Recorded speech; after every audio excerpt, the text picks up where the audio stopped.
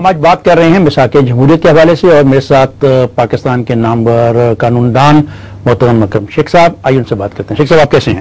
اللہ کی شیخ صاحب، یہ جو بات چل رہی ہے مساق جمہوریت کے بارے میں، لگتا ہے ایسا ہے کہ مساق جمہوریت پاکستان کی سیاست میں ایک بہت اہم کردار ادا کرے گی اگر اس پہ عمل درآمد ہو جائے، آپ کیا کہتے ہیں؟ کوئی شبہ نہیں افتخار صاحب، ایک ایسا اہم سنگ میل ہے جس پہ 16 سیاسی جماعتوں نے اور ملک کی 2 بڑی جماعتوں کے قائدین نے اپنے دستخط ثبت کیے، اور میں سمجھتا ہوں کہ اگر مساق جمہوریت پہ عمل درآمد ان لیٹر اینڈ اسپرٹ شروع ہو جائے تو پاکستان میں ایک سسٹینیبل ڈیموکریسی جو ہے وہ ماض وجود میں آ سکتی ہے۔ سسٹینیبل ڈیموکریسی آ سکتی ہے اگر مساق جمہوریت پر ہم کام کریں اور عمل کریں، لیکن اس میں کچھ باتیں بھی تو ہوں گی، اس پہ ہم بات کرتے ہیں۔ پہلے مجھے بتائیں کہ چارٹر آف ڈیموکریسی میں جو باتیں کہی گئی ہیں، پاکستان پیپلز پارٹی نے اس کو اپنے منشور کا حصہ بنا لیا۔ پاکستان پیپلز پارٹی کا یہ کہنا ہے کہ یہ ایک دن کا کام نہیں، یہ نہیں کہ آپ کاغذ اٹھا کے آ جائیں پارلیمنٹ میں اور یہ سارا ہو جائے گا۔ وہ تجویز پیش کرتی ہے کہ اس کے لیے کمیٹیاں بنائی ہیں، کیا ان کی تجویز درست ہے؟ افتخار صاحب، میں نے اس چارٹر آف ڈیموکریسی کو، میں قانون کا ایک طالب علم ہوں، میرے نزدیک یہ ایسا میثاق ہے جو پاکستان کی 16 سیاسی جماعتوں کے درمیان طے ہوا۔ 2 سیاسی جماعتوں نے بنیادی طور پہ کیا اور 16 جماعتوں بعد ازاں اے پی سی میں اور اے آر ڈی نے۔ جی افتخار صاحب، یہ جو پاکستان دنیا بھر کے بڑے بڑے ممالک، بہت بڑی بڑی جمہوریتیں جو آج ہمیں نظر آتی ہیں، امریکہ جیسی، ساؤتھ افریقہ جیسی، ان کی بنیادیں اسی طرح کے میثاق ہائے کے اوپر ہی پڑی ہیں۔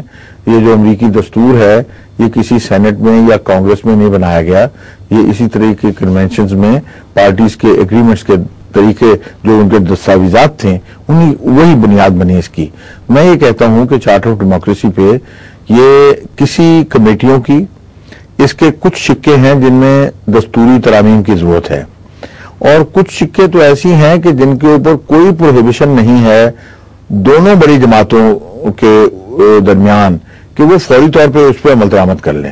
مثلا آپ نے دیکھا کہ قومی اسمبلی میں قائد حزب اختلاف کو پبلک اکاؤنٹس کمیٹی کا چیئرمین بنا دیا گیا۔ کیا کوئی قانون میں ترمیم ہوئی؟ رولز آف پروسیجر امینڈ ہوئے؟ کچھ بھی نہیں ہوا۔ انہوں نے ایک اس کی جو اسپرٹ ہے، اس کی لیٹر اینڈ اسپرٹ پہ عمل درآمد کرنے کے لیے بہت کم ایسے معاملات ہیں جن میں دستور کی ترمیم کی ضرورت ہے۔ شیخ صاحب، یہ آپ 15 نمبر پوائنٹ کی بات کر رہے ہیں، مساق جمہوریت کا 15 نمبر پوائنٹ ہے، قومی اور صوبائی اسمبلی میں چیئرمین پبلک اکاؤنٹس کمیٹی کی نامزدگی متعلقہ اپوزیشن لیڈر کو بنایا جائے گا۔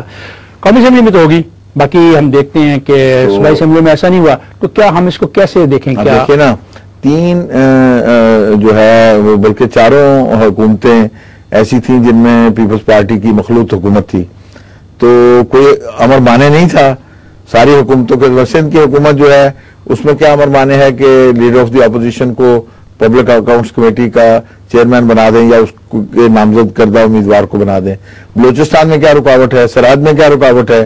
لیکن یہ سوال تو پھر وہ بھی پیپلز پارٹی والے بھی کرتے ہیں کہ پنجاب میں کیا رکاوٹ تھی کہ 1 سال تک لیڈر آف دی اپوزیشن کو پبلک اکاؤنٹس کمیٹی کا بنایا گیا؟ پنجاب میں بھی کوئی رکاوٹ نہیں تھی۔ میں آپ سے میرا کہنے کا لب و لباب میرا یہ ہے کہ اس کے اندر کچھ چیزیں تو ہیں جس میں آپ کو دستور کی ترمیم کرنی ہوگی، کچھ چیزیں ہیں جس میں سمپل لیجسلیشن کافی ہوگی، اور زیادہ امور وہ ہیں، یہ 36 معاملات میں 10 معاملات وہ ہیں جن میں آپ کو دستور کی ترمیم کرنی ہے، اور زیادہ معاملات وہ ہیں 26 میں 6 معاملات ہیں جن میں شاید قانون بدلنا پڑے، اور زیادہ باقی معاملات جو ہیں وہ آپ کو کچھ بھی کرنے کی ضرورت نہیں ہے، صرف اپنی نیت کو سیدھا کر کے۔ ایک صاحب، وہ 6 کون سے معاملات ہیں جن میں ہمیں صرف قانون بدلنا پڑے گا، ایک ایگزیکٹو آرڈر کے ذریعے عمل درآمد ہو سکتا ہے؟ وہ کون سے نکات ہیں چارٹر آف ڈیموکریسی کے جو ہم طے کر سکتے ہیں ایسے؟ دیکھیے، یہ جو ہے آپ کا جو یعنی لوکل باڈیز کا الیکشن ہے، کلاس 10، وہ آپ نے کہا ہے کہ یہ اس میں provincial election commission in respect of provinces and constitutional protection will be given to the local bodies to make them autonomous and answerable to their respective assemblies as well as to the people through regular court system۔ پہلی بات تو یہ اس میں اہم چیز غالباً یہ ہے کہ local bodies election will be held on the party basis. تو یہ جو ہے صرف اس کی قانون کی ترمیم کی ضرورت ہے کہ اس وقت قانون یہ ہے کہ نان پارٹی بیسس پہ ہوں گے۔ آپ قانون میں ترمیم کر دیں گے، اور یہ آپ کا ویسے کانسٹیٹیوشنل ڈیوٹی ہے کہ آپ لوکل باڈیز کو آپ انکریج کریں گے، اور لوکل باڈیز میں لکھا ہوا ہے. لیکن یہ جو مطالبہ ہے کہ جو انتخابات ہیں وہ بلدیاتی الیکشن جو سیاسی جماعتوں کی بنیاد پر کروائی جائیں، اس کے لیے آپ سمجھتے ہیں کوئی کانسٹیٹیوشنل امینڈمنٹ کی ضرورت نہیں ہے، ہم کو صرف قوانین میں ترمیم کرنی ہے. اور اسی طرح کے آپ نے دوسری بات کے بعد کون سا 11 میں جو نیشنل سیکورٹی کاؤنسل ایکٹ ہے، آپ کو اس میں تھوڑی سی ترمیم کرنی پڑے گی. اس کے بعد آپ کو جو ہے ترمیم کیسے کرنی پڑے گی؟ کافی ترمیم کرنی پڑے گی. National security council will be abolished اور defence cabinet committee will be headed by the prime minister and will have a کام تو شروع ہو گیا ہے، اس پہ کام تو شروع ہو گیا ہے. جو اس پہ کام شروع ہو گیا ہے، اگر کوئی قانون ہے، کوئی ضابطہ ہے، اس کو آپ ابالش کر دیں گے، وہ کام ختم ہو جائے گا. آپ کسی دستور کی ترمیم کرنے والے نہیں ہیں. کوئی ایسے ضابطے تو نہیں ہے جو آئین سے صادم ہوں اور یہ مشکل آ جائے کہ ہم ان کو نہیں اس لیے ان کو چھیڑ سکتے کہ یہ آئین کی روح سے مصادم ہو جائیں گے اگر ہم کوئی ایسی ترمیم کریں گے؟ افتخار صاحب، یہ فوج کے درمیان اور سویلین گورنمنٹ کے درمیان جو ریلیشن شپ ہے نا، یہ کانسٹیٹیوشن نے، جو فاؤنڈنگ فادرز نے بڑی کلیئرٹی کے ساتھ طے کر دیے ہیں. آرٹیکل 243 244. اچھا آگے چلتے ہیں. ہم بات کر رہے تھے کہ قوانین جو بدل کے ہم کام لے سکتے ہیں. آرٹیکل 10 ہو گیا، آرٹیکل 11 ہو گیا. آگے آرٹیکل 8. آرٹیکل 8 میں ہم کہتے ہیں کہ contesting political parties will be ensured a level playing field and election by the release of all political prisoners, unconditional return of political exiles. Election shall be open to political parties and politicians. The graduation requirement of the eligibility یہ پہلے پوری ہو چکی ہے. Election میں سر تمام سیاسی جماعتوں کو برابری کی بنیاد پر الیکشن لڑنے کے موقع دیے جائیں گے. تمام سیاسی قیدیوں کو رہا کیا جائے گا. سیاسی جلاوطنوں کو غیر مشروط طور پر وطن واپس آنے دیا جائے گا. تمام سیاسی جماعتوں اور شخصیات کو الیکشن لڑنے کی اجازت ہونی چاہیے. ممبران اسمبلی کی گریجویشن کی شرط سے کرپشن اور جعلی ڈگریوں کے فروغ میں اس کو منسوخ کیا جائے.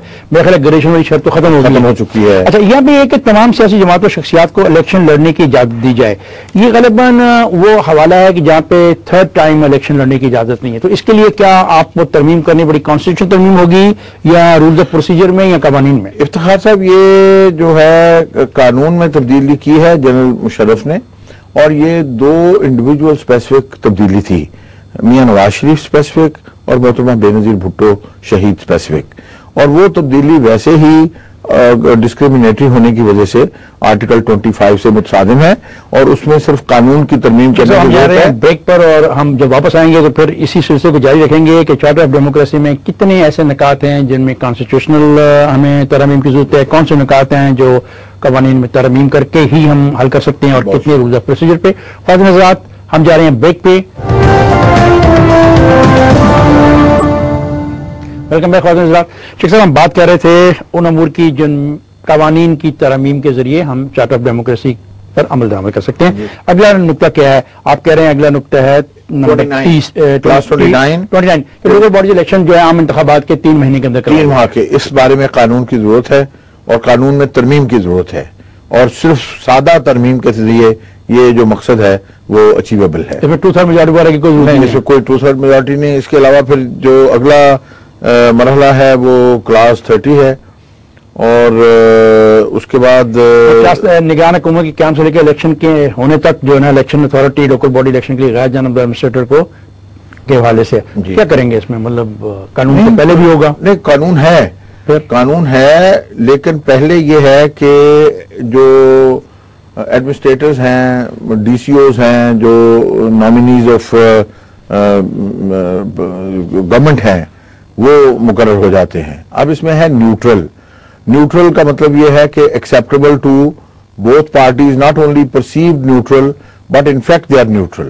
تو اس کے لیے کسی طرح کا کوئی کنسلٹیٹو پروسیس جو ہے اپوزیشن کے درمیان، حکومت کے درمیان ویژولائز کرنا پڑے گا، اور اس کے مطابق قانون سازی ہوگی. اس کو آپ کس قانون کا حصہ بنائیں گے پھر؟ لوکل گورنمنٹ آرڈیننس کا.